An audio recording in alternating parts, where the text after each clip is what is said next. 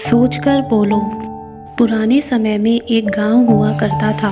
उस गांव में रामू नाम का एक व्यक्ति रहता था। वह काफ़ी कठिन मेहनत किया करता था, जिसके कारण धीरे धीरे वह अमीर बनता गया और एक समय आया कि उसके पास काफ़ी पैसा हो गया। इन पैसों को लेकर वह अपने व्यापार शुरू करने के लिए दूसरे राज्यों में चला गया और वहां जाकर उसने अपनी अच्छी खासी पैठ बना ली। वह अक्सर ज़्यादा बातें किया करता था और बातों ही बातों में कई बार ज़्यादा बोल दिया करता था। उसका एक दोस्त हुआ करता था, शामू, जो कभी कभी उससे मिलने के लिए दूसरे राज्यों में जाया करता था।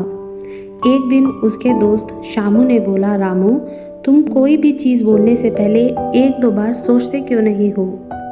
तब रामू ने बोला, देखो, मुझे मत सिखाओ क्योंकि मैं तुमसे ज़्यादा धनवान हूँ और मैं बहुत सारे पैसे प्रतिदिन कमाता हूँ। इसका मतलब यह है कि मेरे अंदर कुछ ना कुछ तो है और तुम मुझे सिखा रहे हो।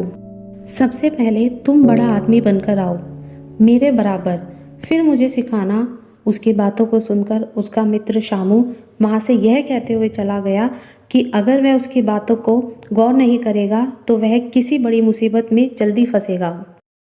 सब कुछ अच्छा चल रहा था कि एक दिन अचानक उससे कुछ गलती हो गई, जिसकी वजह से उसे फांसी की सज़ा सुनाई गई और अगले दिन उसे जब फांसी दी गई तो उसकी रस्सी टूट गई। उस समय यह नियम था कि अगर फांसी की रस्सी टूट जाती तो उस व्यक्ति को जीवन दान दे दिया जाता, अतः उसकी फांसी रोक दी गई। तभी रामू ने कहा कि यहाँ के लोगों को रस्सी भी ठीक से बनानी नहीं आती। उसकी इस बात को सुनकर वहाँ का राजा नाराज हो गया और उसने रामू को फिर से फांसी देने का आदेश दे दिया। इसलिए कहते हैं कि कुछ कहने से पहले एक बार जरूर सोचना चाहिए।